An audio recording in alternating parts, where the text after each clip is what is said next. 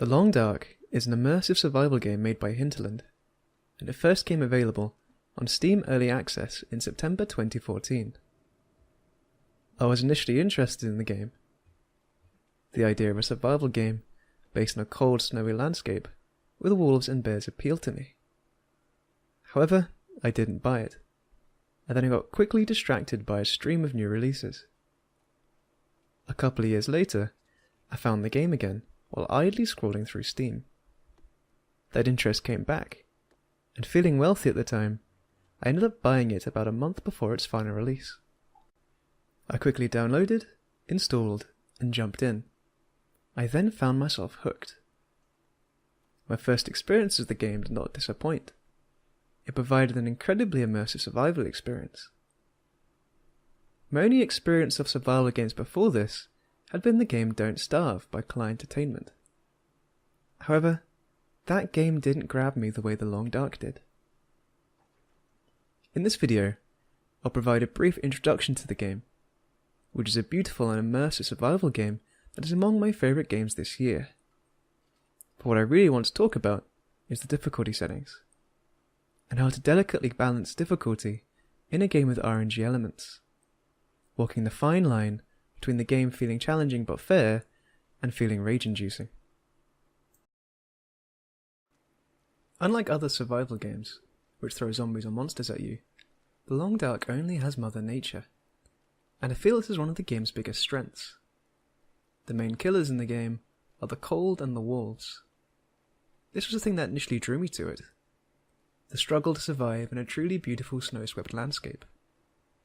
Another thing that sets The Long Dark apart is its determination to sticking to a more realistic and harsh survival world. As mentioned before, another survival game is Don't Starve. However, while both being survival games, the mechanics of the two games are very different. In Don't Starve, as you get further into the game, you'll find yourself building farms, constructing a base, and eventually no longer really needing to worry about your base needs. The base and farm you've constructed providing you with everything you need. The game moving to be more about exploration of the game's different game mechanics, as you can get more daring once you have your basic needs met through a well-designed base. However, in The Long Dark, you'll never get to this point. The whole game is a slow war of attrition against Mother Nature itself. While you can collect a lot of food, even the best stockpile will eventually run out. Food will rot and go bad. Your clothes will get damaged. Tools will break. It is a game where you are constantly on the edge and pushing forward to survive. Not being able to build a large farm that provides you with a constant source of everything you need like you can in Don't Starve. One of the game's biggest strengths is how immersive it is. The first-person perspective and the fantastic art and sound design really draw you into this experience. The blizzards you encounter feel cold, and you feel a sense of relief when you enter a cabin and start a crackling fire. The game itself is equal parts unforgiving, lonely, and incredibly beautiful. It is a game I strongly recommend to anyone watching who hasn't played it. However, it is not all perfect. The game has two main ways to play: a survival mode, which throws you into the world and challenges you to survive, and the story mode. The story mode came out after I had already been playing the game for a month with its official release. While I completely love the game's survival mode, I could not be more disappointed with the story release. It managed to take an extremely enjoyable and immersive survival experience and remove many of the elements that made it enjoyable and immersive, instead presenting a series of boring fetch quests and removing the great joy and freedom that comes from the game's freeform exploration. There are people that claim it works well as a tutorial to teach you the game's different mechanics. However, if you can handle the permadeaths, I would recommend people to skip it entirely and instead throw themselves into the game's survival mode. Part of the joy of this game is experiencing the stories of the different runs that you have. The stories you're able to write during your own exploration of the survival mode being far superior to the ones presented by the story mode. A next question you could ask is, well, if I'm not going to be touching the story mode and instead focus on the survival mode, is it worth the price if I'm going to be missing out on a big part of the game? I would say 1,000,000 times yes. I struggle to name another game that came out recently that I enjoyed or engaged with anywhere near as much this game has hit me. Moving forward, I'll be talking about the game's mechanics, and have a look at the difficulty settings. So for anyone who's not wanting any spoilers about the game and wants to experience it themselves firsthand, which I truly recommend, then now would be a good time to stop the video. If you don't mind about the spoilers, or have already experienced playing the game, then let's move forward.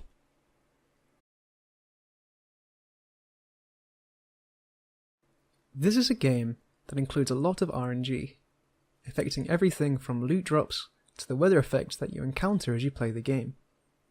Before we move on to talking about the game's difficulty settings, I feel it's best to first talk about the game's random elements, since these are the things that the difficulty settings will be tweaking to provide you with a different experience. The first one to talk about is the loot drop system. The main challenge in this game comes from having the right items at the right times. If you get attacked by a wolf, for example, you'll need both bandages and antibiotics. Bandages to stop the bleeding, and antibiotics to prevent infection. If you have both of these items, then you can quickly deal with the problem of the wolf attack, and can then continue with your game. Unless you get attacked a couple of times in close succession, or you're already struggling with cold, hunger or thirst, the only real result of the wolf attack is needing to rest for a short while and repair your gear, needing to repair your clothing, and the knife you used to fight off the wolf while it was attacking you. However, if you lack bandages or antibiotics, then things can get very bad very quickly, either bleeding out or catching an infection. Both of these things can be very bad and can quickly lead to your death. Because of this, the loot that you find in the game is very important, and what you're carrying on you can be the difference between your survival and your death. While the areas of the game where you can find loot are the same each time you play, what loot you will actually find when you search them is randomized. In one game, you might find a microscope behind some boxes, which is one of the game's rarest and most useful items. Next time in play, instead you find a chocolate bar. The next time, you might not find anything. While this random element might seem very intimidating, especially with how important having the right items at the right times is, it is usually quite easy to play around, especially with the amount of loot that can be found around the world on most of the difficulty settings. The challenge being more about deciding what to bring with you and what to leave behind, rather than not being able to find anything. However, what loot drops is not the only random element in the game. Another major random element is also the game's weather effects. These have such a large impact on the game that one of the things the game tracks as you play is how many blizzards you have survived. The weather effects can be blizzards, fog, snow, aurora, and also variations in temperature and wind strength. Each of these different weather effects requires you to play in a different way around them. For example, blizzards are extremely deadly. They are very cold and can also make your clothes really wet, which then speeds up the rate at which you freeze to death. Because of this, going out into a blizzard unprepared is a very quick way to get yourself killed.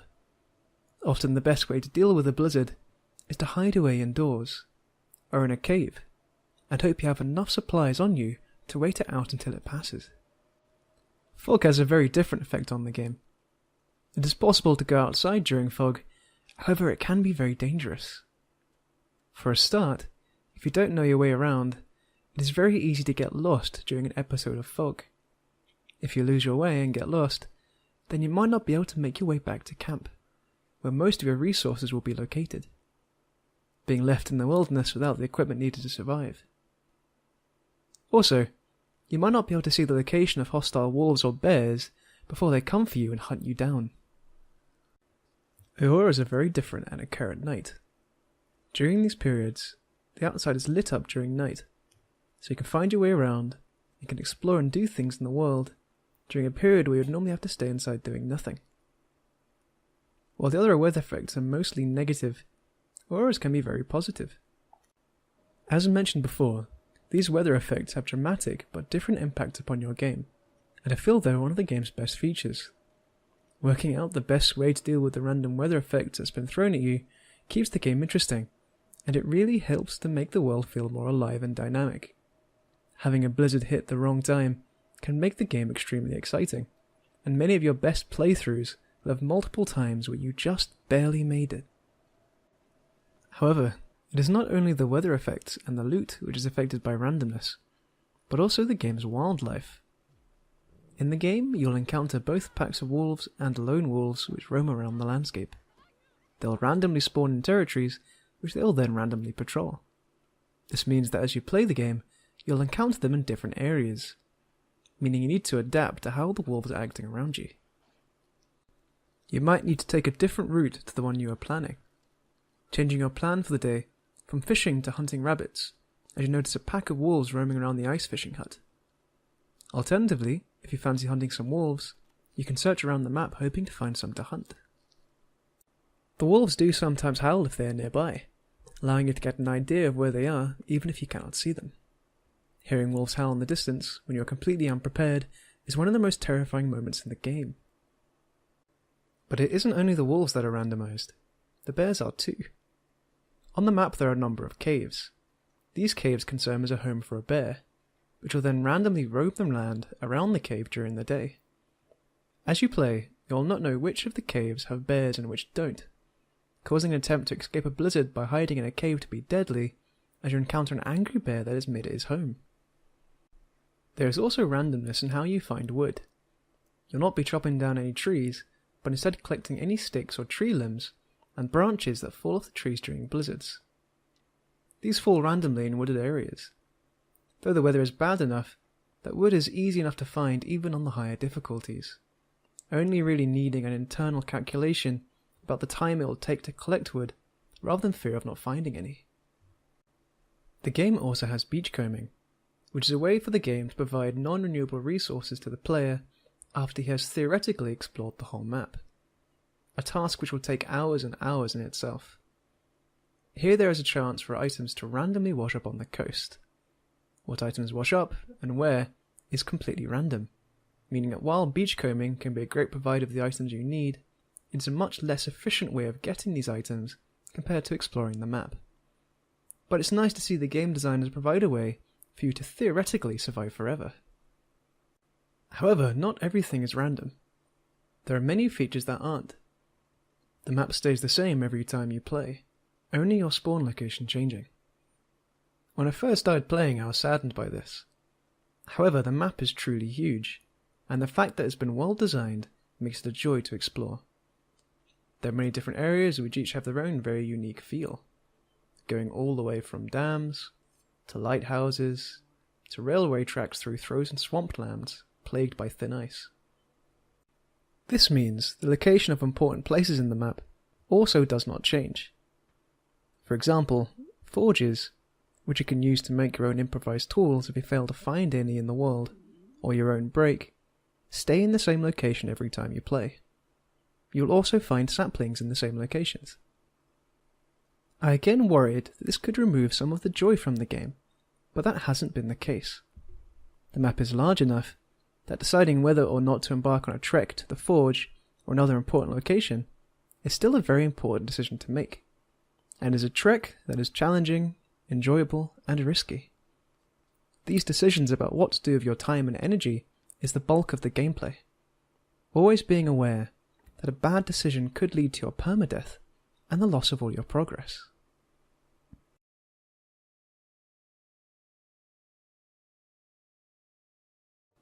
The game has a number of different difficulty settings. Here the setting of the difficulty has a number of different effects on the game. This has led the makers of the game to describe the difficulties more as experiences rather than just a game difficulty. As I was playing through the different difficulties, I went through a cycle. The first time I played on Voyager, I died.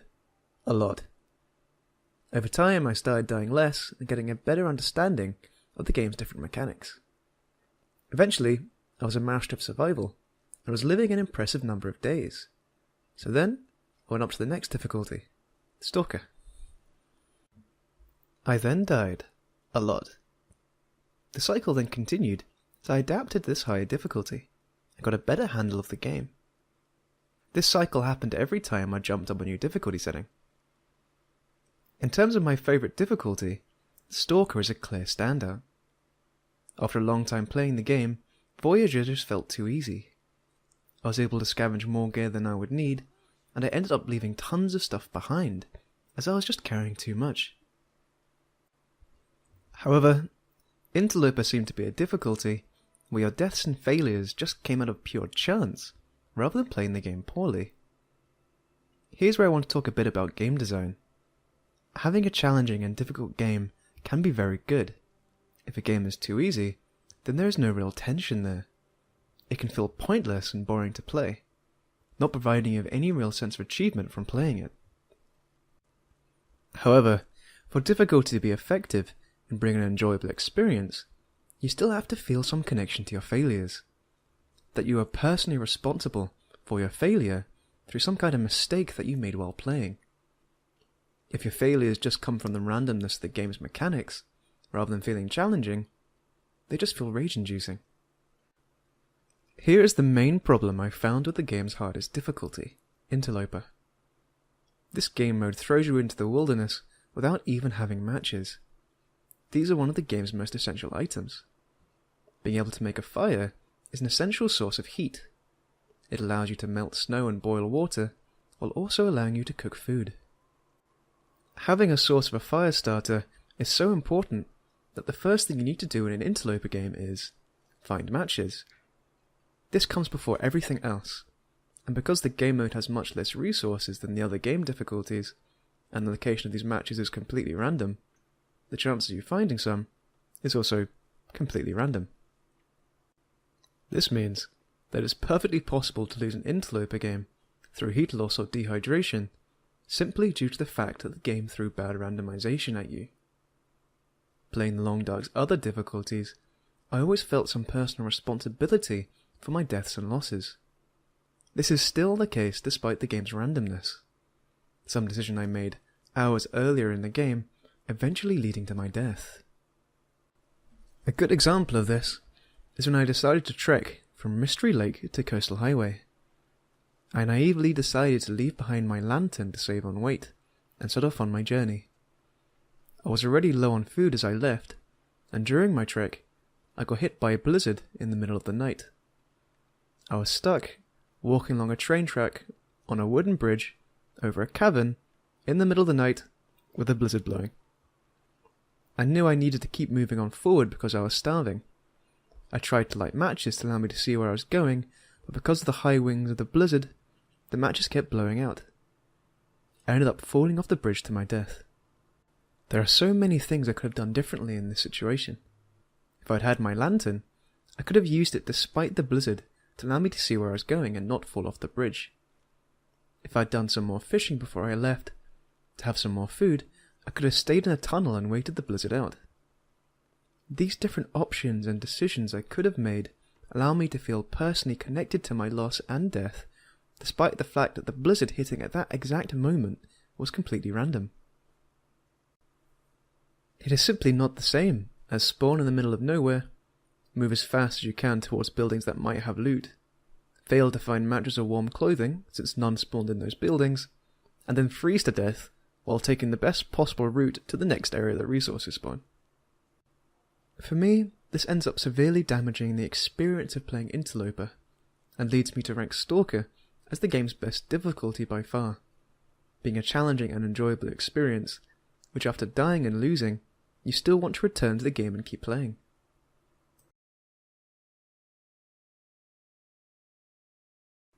While dying due to randomness is annoying by itself, the moment you throw in permadeath, it becomes unbearable. This is especially the case if you've been having a really good run. The times I lost my longest games, such as with the Lantern Bridge fiasco, I had to take a couple of days off from playing to let the whole thing process. However, if I felt personally connected to the death, then I still wanted to return to the game. I knew what my mistake was. I learnt a lesson, and I would never make the same mistake again. The time when I took the longest breaks from playing the game was when I was playing on the Interloper difficulty. Playing on this difficulty, as I mentioned earlier, I did not find the connection between my deaths and any real mistakes I made. Most of the time it was just, oh, the random item drops aren't good this time. Bad luck. unlike playing on the lower difficulties, which despite making me want to take a break from the game, I still wanted to come back. With Interloper, I didn't want to come back. I did some looking around, at YouTube and other areas, to see if there were players who were enjoying Interloper difficulty. I did find some people who had achieved some very high survival times. This made me think that it was just me. Despite dying a lot, I had a great time with the game when I first died with Voyager difficulty. And then when I jumped up to Stalker, I still had a great time, despite dying a lot again. However, when I jumped up to Interloper and played it, still dying a lot, I wasn't enjoying myself. It just seemed pointless. Like it was pushing itself so far in the direction of being a hardcore difficulty, that the randomness that was built into the game, which was tolerable in the earlier difficulties and made the game exciting, fell flat on its face with this difficulty. Which raises an interesting question. Can you have a truly hardcore, difficult, Perma Death game that also includes a large amount of random elements? And I am not sure that you can. And I can't think of any games that walk this tightrope and manage to make it work.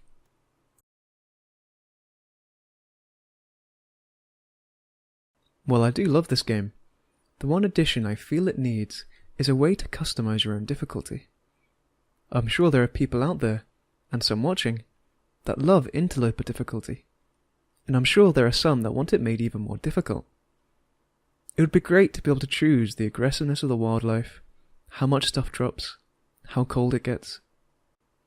I want to pick and mix, because while there are things I like about the different difficulties, often I like different parts of them. I would like to experience Interloper with Stalker levels of gear, or playing Stalker with the game getting progressively colder like it does in Interloper. Or maybe experiment playing a game where there's Interloper levels of loot, while the rest of the game is the difficulty of Voyager. Thankfully, the community has made a mod which makes this possible, which I highly recommend experimenting with once you spend a good amount of time playing through the game's already existing difficulties. The mod is called Adjustable Difficulty Mod, and I'll leave a link to it in the description. While it is great there is a mod to do this, I hope that the game developers build it into the base game. Since the difficulty has such a large effect on the game, there will be a Goldilocks zone for every player, which provides their perfect experience. The ability to play around with this ourselves and find our own is a fantastic one.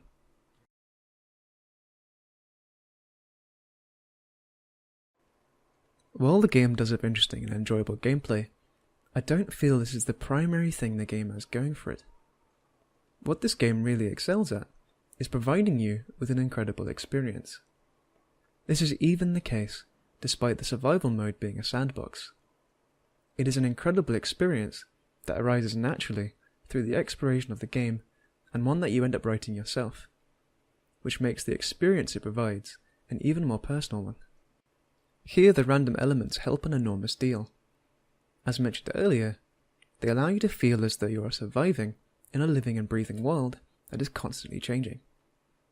I feel this is incredibly important to drawing you into the game, and it also allows each run you do through the game to feel different. In the trade-off between hardcore difficulty and random game elements, I am totally on the side of randomness. I will say that the first few times playing through the game are the best. The most enjoyable experience I had with the game was exploring the huge game world. There are some amazing environments that have been built into the game, and the feeling of finding some of the more unique environments is a deeply rewarding one. This is especially the case if you happen to stumble onto these environments while walking through a blizzard at night with wolves chasing you. There is also a basic leveling and crafting system. You can get better at fire starting, shooting, fishing, and many more survival skills you will need. This allows you to feel as though, as you are playing, you are becoming a master of surviving in the snow-swept landscape. It also makes it all the more punishing when you end up dying and losing your seasoned survivor, who is a master hunter draped in handmade wolfskin clothing, who survived over 100 days despite many close calls of starving or freezing to death, to then have to start the game again with someone who struggles to light a fire. I do feel the permadeath is important to pull you into the game experience. I doubt the game would have anywhere near as much emotional impact if it didn't have permadeath. This is a feature that could scare people away from the game, and I'm sure some of you watching are already annoyed that the game forces permadeath upon you. It can be saddening to lose all your progress after a long run, but I feel for a survival game like this, where there's a survival sandbox, where death and loss usually comes from a slow battle of attrition rather than through quick combat, it is necessary to keep up the tension while playing. But where the game truly shines is in its graphics and sound design. In terms of graphics, the game has an almost comic book approach. While it can initially take a while to get used to, especially when looking at your character screen and seeing yourself often looking completely ridiculous, being wrapped up in whatever clothing you could find lying around, it's one that I ended up loving. It works very well with the snowy landscape you end up exploring, and allows the game to have trees and plants blowing in the strong winds you often encounter in the game, without melting your graphics card. It is all tied together with a fantastic lighting and sound design. The first time you experience an aura in the game, it can be mind-blowingly beautiful. The blizzards you walk through feel freezing, and the small cabins you try to survive and warm up in feel warming and cozy, in contrast to the snowy landscapes around them. In terms of the soundtrack, the game has very smartly gone with a haunting and cold ambient soundtrack. It also plays sparingly while you play. The game predominantly just having the ambient sounds of the world around you. This allows the time where the ambient soundtrack does play to stand out. The haunting beauty of the ambient soundtrack often matching the bleak beauty of the landscape you are moving through.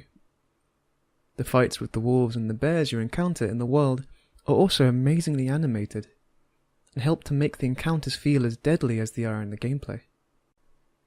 The mix of gameplay and the presentation help to give the game its feel. While other first-person games can make you feel incredibly powerful, this game provides a very different experience. You feel weak compared to the power of Mother Nature. Even when you are fully armed and prepared to combat the wolves you find in the game, you'll often want to avoid them. Unless you are after meat or pelts, you want to save your ammunition. It is also amazingly successful at making you feel the cold itself. The only real representation of how cold it is through a temperature gauge, and either downwards or upwards facing arrows to represent getting colder or warmer.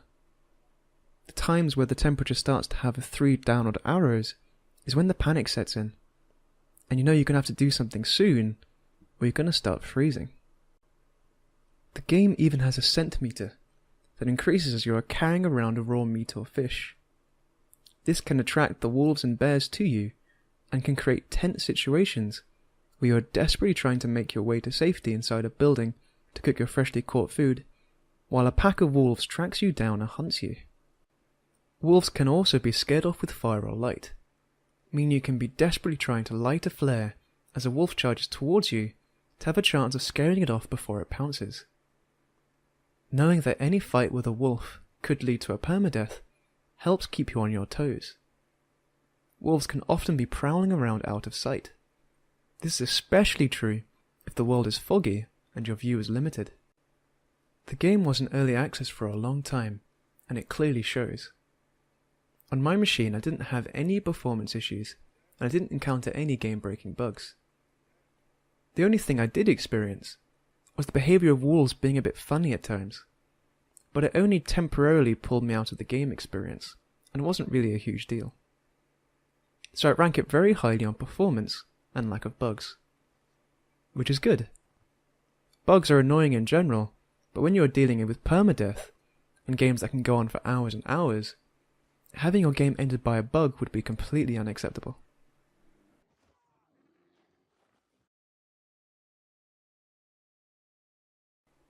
Despite the problems I have with the game, in terms of interloper difficulty and its story mode, it is still one of the best games I've played recently, and for its current price I think it's a steal. At the time of writing this, the developers have committed to continue adding to the game despite its official release, planning to add more animals and areas to the game for free, making a game that is already well worth the price, an even better deal. It is also a great advertisement for the indie game industry. It is a very unique experience in its commitment to realism, and I can't imagine such a game being made by a large studio.